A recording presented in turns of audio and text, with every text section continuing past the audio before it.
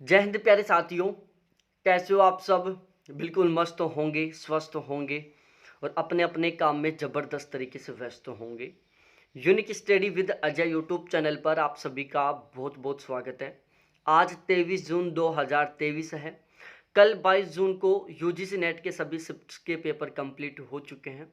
अब हमने शुरुआत कर दिया दिसंबर 2023 के लिए। प्यारे साथियों, दिसंबर 2023 में जो यूजीसी नेट का एग्ज़ाम होने वाला है उसके लिए हमने फर्स्ट पेपर की शुरुआत कर दी है और ये फर्स्ट पेपर की पहली क्लास है टीचिंग एप्टीट्यूड के साथ। प्यारे साथियों, ये बिल्कुल अपडेट नोट्स हैं। जो फिलहाल का जो पेपर पैटर्न है, फिलहाल का जो पेपर लेवल है, इसके बेसिस पर हम यहाँ पर आगे कंटिन्यू करने वाले हैं। तो यदि आप इच्छुक हो फर्स्ट पेपर को बहुत अच्छे से तैयार करने का, या आप चाहते हो कि फर्स्ट पेपर में आपके 40 प्लस क्वेश्चन ठीक हो जाएं या फिर आपके 80 प्लस नंबर आ जाएं, तो प्यारे साथियों आप फर्स्ट पेपर का बैच ज्वाइन कर सकते हैं। बिल्कुल नाम मात्र चार्ज है, बिल्कुल नॉमिनल चार्ज है। ठीक है, क्लासेज आपको बिल्कुल सिस्टमेटिक तरीके से एप्लीकेशन पर मिलेंगी। तो या तो आप डायरेक्टली एप्लीकेशन से भी परचेज कर सकते हो, जिसका लिंक वीडियो के डिस्क्रिप्शन में डाल दूंगा, और चाहो तो आप यहाँ से भी ले सकते हो। ये मेरे कॉन्टैक्ट नंबर दिख रहे हैं आपको ऊपर ही ऊपर टॉप में, 7891350470, यहाँ से भी ले सकते हैं। ठीक है, शुरू की 1 या 2 क्लासेज आपको रिकॉर्डेड रूप में मिलेंगी, क्योंकि जो कैंडिडेट हैं वो बिल्कुल फिक्स तरीके से टाइम के पंचुअल नहीं हो पाएंगे स्टार्टिंग में। आप मेरे को सजेस्ट भी कर सकते हैं कि हम फर्स्ट पेपर की क्लास का टाइम क्या रखें जो कि आपको सूटेबल रहे। तो अब हम अपने इस क्लास की शुरुआत करते हैं। देखो, टीचिंग एप्टीट्यूड के बारे में बात की जाए, सबसे पहले टीचिंग एप्टीट्यूड से यदि क्वेश्चनों की बात की जाए तो लगभग 5 से 6 क्वेश्चन आते हैं इससे। ठीक है, 5 से 6 क्वेश्चन आते हैं, मतलब हो गया 10 से 12 नंबर का एक ये यूनिट है। और इसके अलावा यदि हम बात करें, टीचिंग एप्टीट्यूड एक अंडरस्टैंडिंग टाइप की यूनिट है। इसको आप अच्छे से समझ लोगे तो आप यहाँ पर जितने भी क्वेश्चन आएंगे उनको ठीक कर दोगे। बहुत सारे कैंडिडेट होते हैं जो टीचिंग एप्टीट्यूड को पढ़ते ही नहीं हैं, पढ़ते हैं तो केवल एक बार सरसरी नज़र से पढ़ते हैं और वो पूरे के पूरे क्वेश्चन ठीक करके आ जाते हैं, क्योंकि उनका जो अंडरस्टैंडिंग का लेवल है ना, वो बहुत अच्छा खासा होता है। वो क्वेश्चन को बहुत अच्छे से समझते हैं और वो समझने की कोशिश करते हैं कि क्वेश्चन रियल में चाहता क्या है। कुछ कैंडिडेट होते हैं जो इनको बहुत ज़बरदस्त तरीके से पढ़ते रहते हैं, फिर भी वो क्वेश्चन गलत कर देते हैं, क्योंकि वो इनको अच्छे से समझ नहीं पाते हैं। तो प्यारे साथियों, यदि आप टीचिंग एप्टीट्यूड के क्वेश्चन ठीक करना चाहते हो, टीचिंग एप्टीट्यूड में आप बहुत अच्छा स्कोर करना चाहते हो, ये ऐसा पोर्शन है जहाँ पर आप बिल्कुल 100% स्कोर कर सकते हो। यदि टीचिंग एप्टीट्यूड में बहुत अच्छा स्कोर करना चाहते हो तो सबसे ज़्यादा ज़रूरी है इसको बहुत अच्छे से समझना कि ये चाहता क्या है। ठीक है, अब टीचिंग एप्टीट्यूड को हम शुरू करते हैं उससे पहले मेरी आपसे एक छोटी सी रिक्वेस्ट है कि आपको जो अपना माइंड सेट है ना, वो एज ए स्टूडेंट सेट करना है। कुछ जगह ज़रूरत पड़ेगी जहाँ पर आपको अपना माइंड सेट एक टीचर के रूप में भी बनाना होगा, लेकिन ज़्यादातर आपको अपना जो माइंड सेट है वो एक स्टूडेंट के रूप में रखना है, एक लर्नर के रूप में रखना है। ठीक है, और आपको अपना जो पास्ट है, मतलब पहली क्लास से लेकर और आपकी जो 12th क्लास तक की जो पढ़ाई थी और उसके दौरान जो आपकी एक्टिविटी थी, उस दौरान का जो आपकी मूवमेंट थे, उस दौरान का जो आपका समय था, उन सभी को आपको याद करना है। यदि आप अपने पहली क्लास से लेकर 12वीं क्लास तक की सभी एक्टिविटियों को यदि सही ढंग से समझते हैं, यदि उनको एक बार आप याद कर लेते हैं, तो आप इस टीचिंग एप्टीट्यूड की यूनिट को बहुत अच्छे से समझ पाएंगे और 100% पेपर में बहुत अच्छा स्कोर करेंगे यहाँ से। ठीक है, हर एक छोटे छोटे वर्ड का हम अर्थ बताते हुए चलेंगे, हर एक छोटे छोटे अर्थ का शब्द का, सॉरी। ठीक है, सबसे पहले हम बात करते हैं शिक्षा। शिक्षा क्या है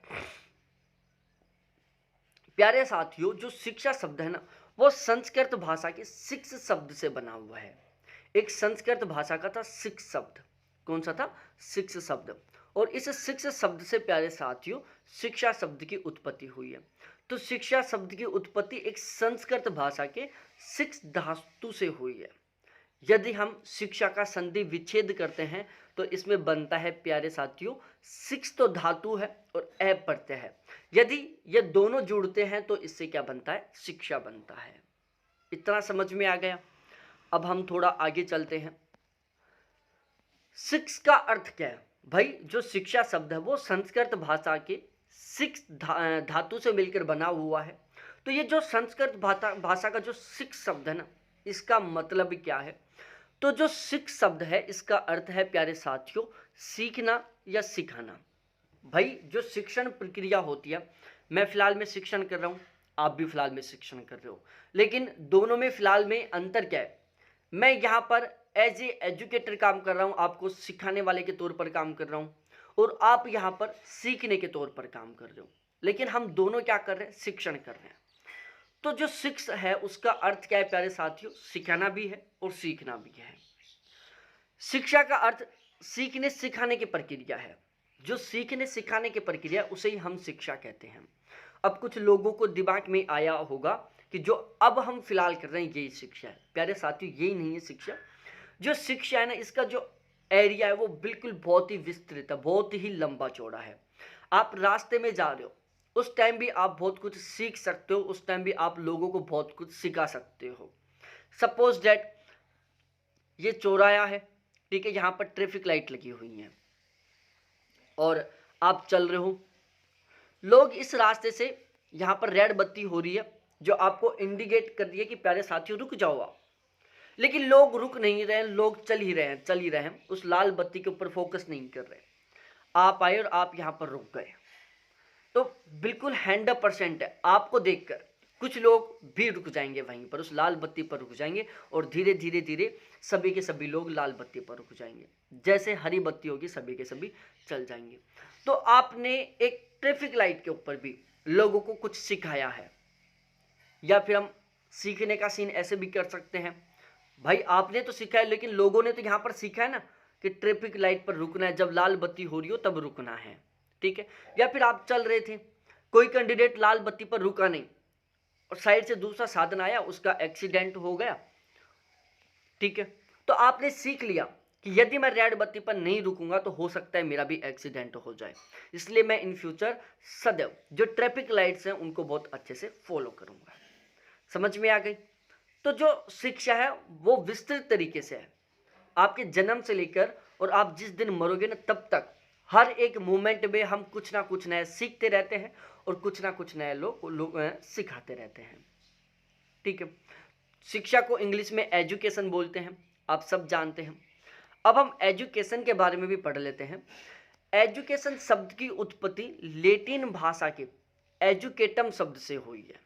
ध्यान से सुनना, एजुकेशन शब्द की उत्पत्ति लैटिन भाषा के एजुकेटम से हुई है, जिसका अर्थ होता है शिक्षित करना।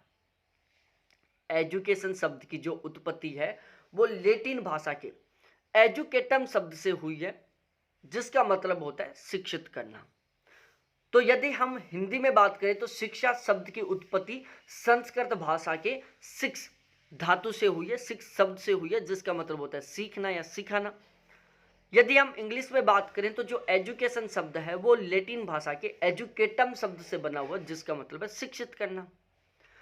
एजुकेटम जो शब्द है वो दो शब्दों से मिलकर बना हुआ है, जिसमें एक है ई और दूसरा है प्यारे साथियों DUCO। जैसे हमने शिक्षा शब्द का संधि विच्छेद किया था, वो बना था 6+A, जहाँ पर ए प्रत्यय था और 6 धातु थी। बिल्कुल ठीक इसी तरीके से यदि हम एजुकेटम का भी अर्थ देखते हैं तो एजुकेटम शब्द है जो दो शब्दों से मिलकर बना है, जिसमें एक है ई का मतलब होता है अंदर से, और DOCU का मतलब होता है टू लीड फोर्थ, आगे बढ़ना, विकास करना या बाहर निकलना, ठीक है। तो एजुकेशन शब्द दो शब्दों से मिलकर बना हुआ है, जिसमें एक है ई, दूसरा है DUCO।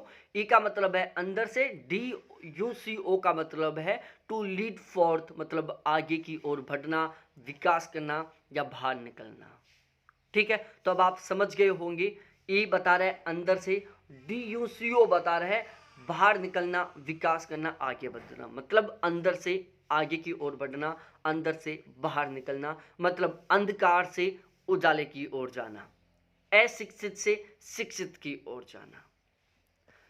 एजुकेशन का अर्थ अंदर से विकास करना या अंदर से बाहर निकालना, ठीक है, यही होता है जो मैंने आपको समझा दिया कि अंधकार से उजाले की ओर जाना, अशिक्षित से शिक्षित की ओर जाना, ये इसका अर्थ है। तो यहाँ तक का तो ये जो नॉर्मल है, ये सारा सब कुछ आपको समझ में आ गया होगा। अब हम बात करते हैं शिक्षा का अर्थ। देखो, शिक्षा का अर्थ दो तरीके से हो सकता है, या तो शिक्षा संकुचित हो सकती है या फिर शिक्षा व्यापक तौर पर हो सकती है। संकुचित शिक्षा क्या होगी, व्यापक शिक्षा क्या होगी, दोनों के बारे में मैं आपको पहले मोटे मोटे तौर पर बता देता हूं। शिक्षा का जो संकुचित अर्थ है वो आपको बताता है शिक्षा के लिमिटेड उपयोग के बारे में। अब शिक्षा का लिमिटेड उपयोग, शिक्षा का लिमिटेड अर्थ क्या हो सकता है? जैसे आप किसी स्कूल में जाकर सीख रहे हो, ठीक है, जो हमारी स्कूली एजुकेशन थी, हम स्कूल में जा रहे हैं, वहां से सीख के आ रहे हैं।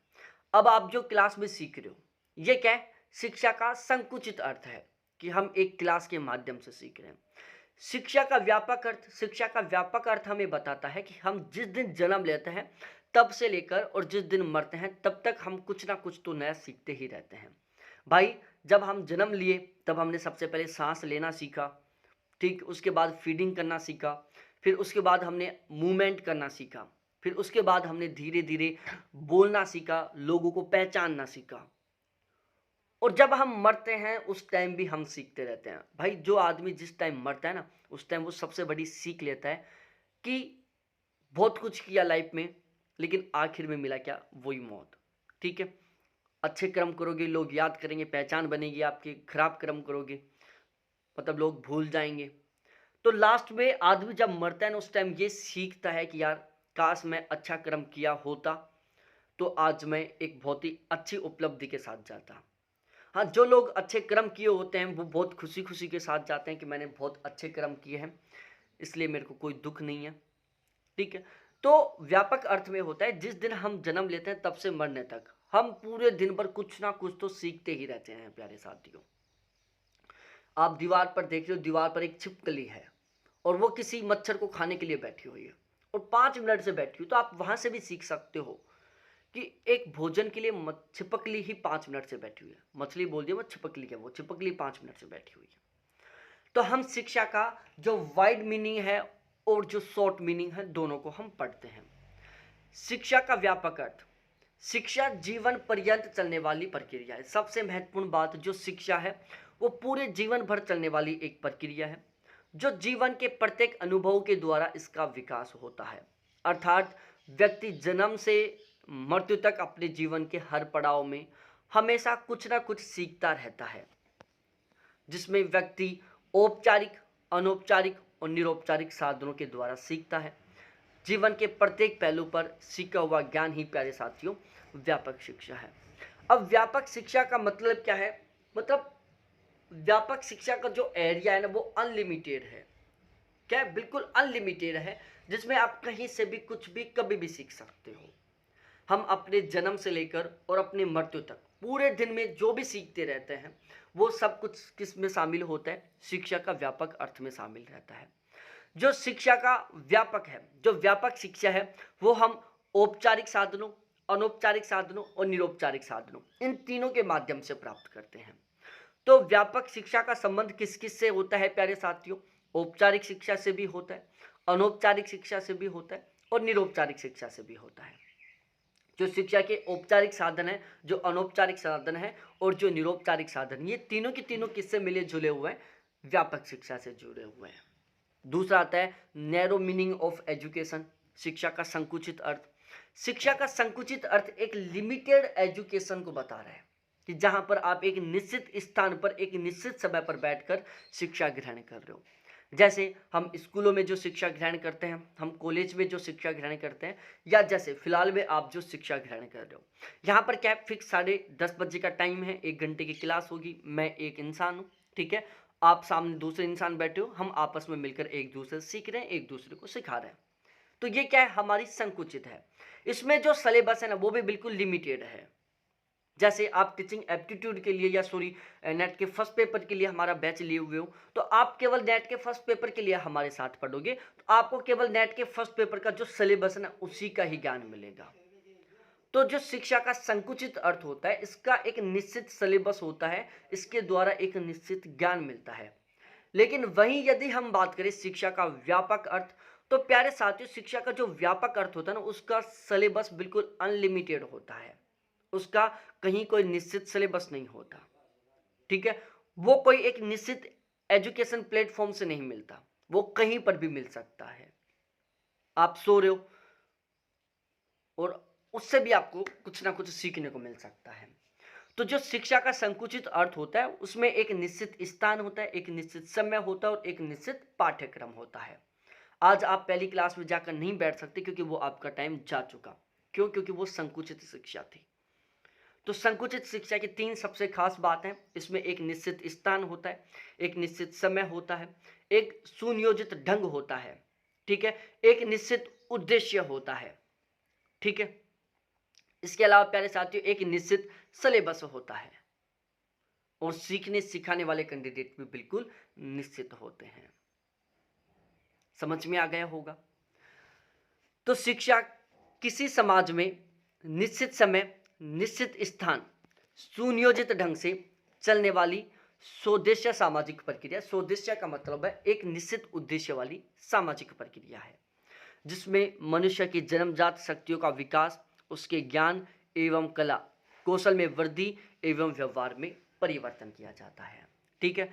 जो शिक्षा का संकुचित अर्थ होता है, संकुचित शिक्षा के द्वारा मनुष्य की जो जन्मजात शक्ति हैं उनका विकास किया जाता है, मनुष्य के ज्ञान का विकास किया जाता है, मनुष्य में कला कौशल में वृद्धि की जाती है, उसके व्यवहार में परिवर्तन किया जाता है। इतना समझ में आ गया होगा। अब हम थोड़ा आगे बढ़ते हैं।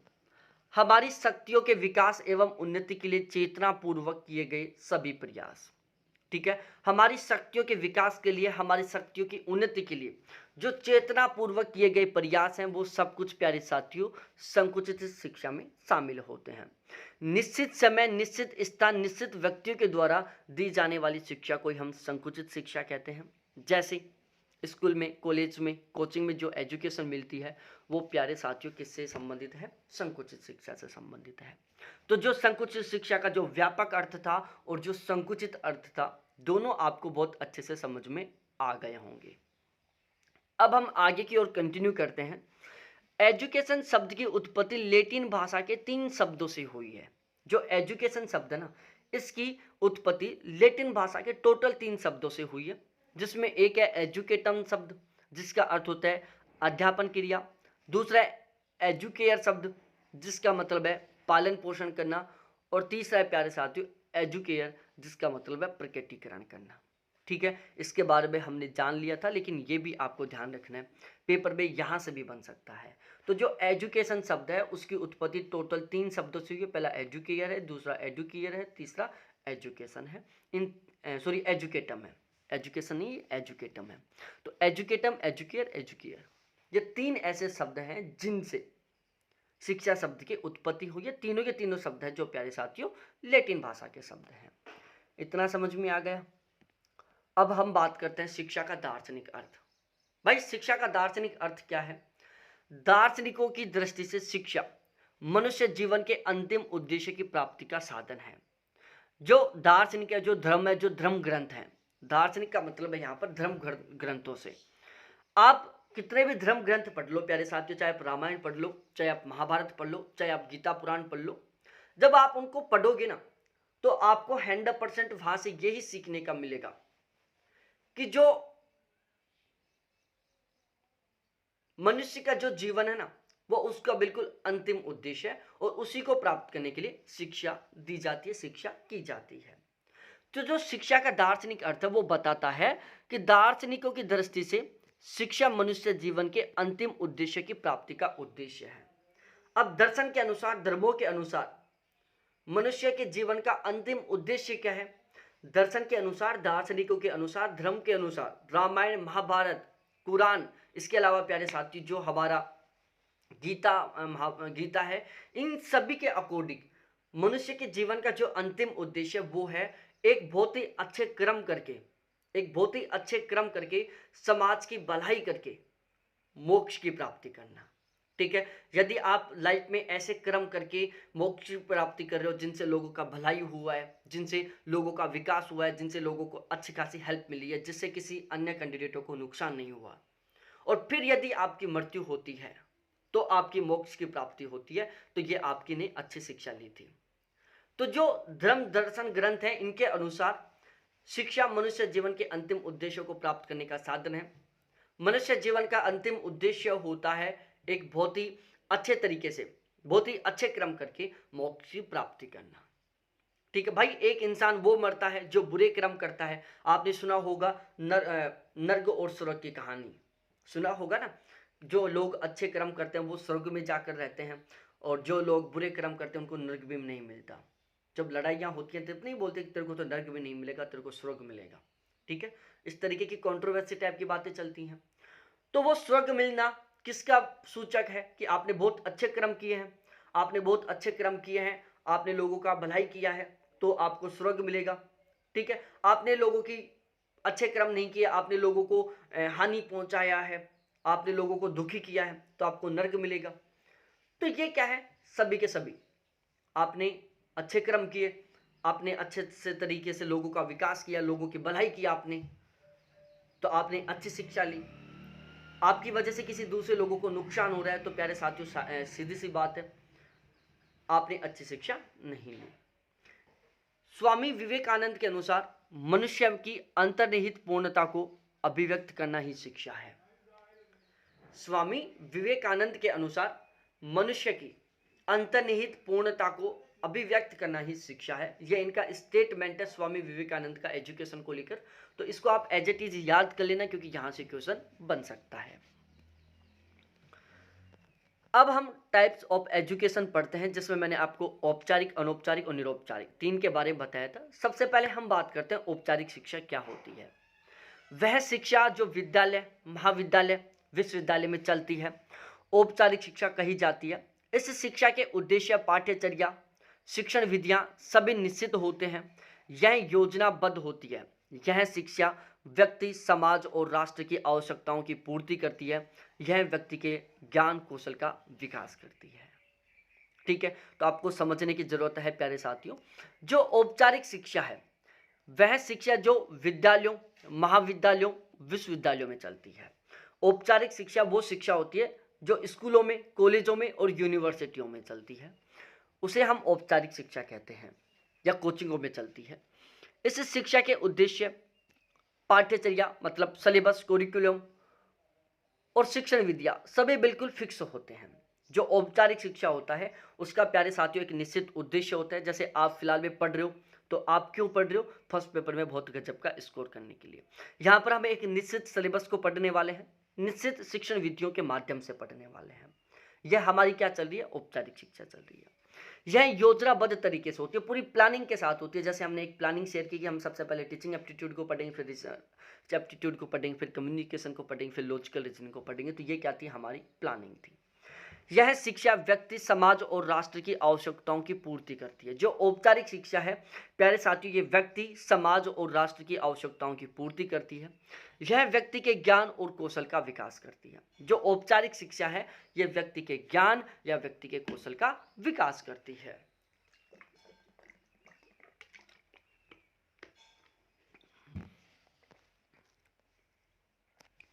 अब हम बात करते हैं निरौपचारिक शिक्षा के बारे में। यह शिक्षा औपचारिक शिक्षा की भांति विद्यालय, महाविद्यालय एवं विश्वविद्यालय की सीमा में नहीं बंधी होती, परंतु औपचारिक शिक्षा की तरह इसके उद्देश्य, पाठ्यचर्या निश्चित होते हैं। इसकी योजना औपचारिक शिक्षा की तुलना में लचीली होती है। प्रौढ़ शिक्षा, सतत शिक्षा, खुली शिक्षा, दूरस्थ शिक्षा, ये सब निरौपचारिक शिक्षा की विभिन्न रूप हैं। इस शिक्षा का तात्कालीन आवश्यकताओं की पूर्ति के लिए प्रशिक्षित किया जाना, नए नए आविष्कार से परिचित करवाना, व्यक्ति की शिक्षा को निरंतरता प्रदान करना आदि मुख्य उद्देश्य होते हैं। तो प्यारे साथियों, जो निरौपचारिक शिक्षा है, देखो औपचारिक शिक्षा और निरौपचारिक शिक्षा दोनों में अंतर बताता हूं। औपचारिक शिक्षा, निरौपचारिक शिक्षा दोनों स्कूलों में दी जाती हैं, दोनों विश्वविद्यालयों की तरह दी जाती हैं। दोनों में अंतर बताता हूं मैं, औपचारिक शिक्षा और निरौपचारिक शिक्षा में अंतर। जो औपचारिक शिक्षा है वो प्यारे साथियों स्कूल, कॉलेज और यूनिवर्सिटियों में दी जाती है, जबकि जो निरौपचारिक शिक्षा है वो केवल स्कूल, यूनिवर्सिटी और कॉलेजों से ही संबंधित नहीं होती। ठीक है भाई, स्कूल, कॉलेज और यूनिवर्सिटी, कोचिंग, यहां से जो आप ज्ञान ले रहे हो वो आपकी क्या होगी? औपचारिक शिक्षा होगी।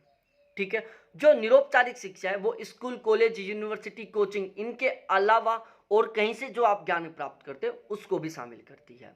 तो निरौपचारिक शिक्षा प्यारे साथियों, स्कूलों से प्राप्त ज्ञान, कॉलेजों से प्राप्त ज्ञान, यूनिवर्सिटियों से प्राप्त ज्ञान, कोचिंगों से प्राप्त ज्ञान, इसके अलावा समाज से प्राप्त ज्ञान, इन सभी को शामिल करती है।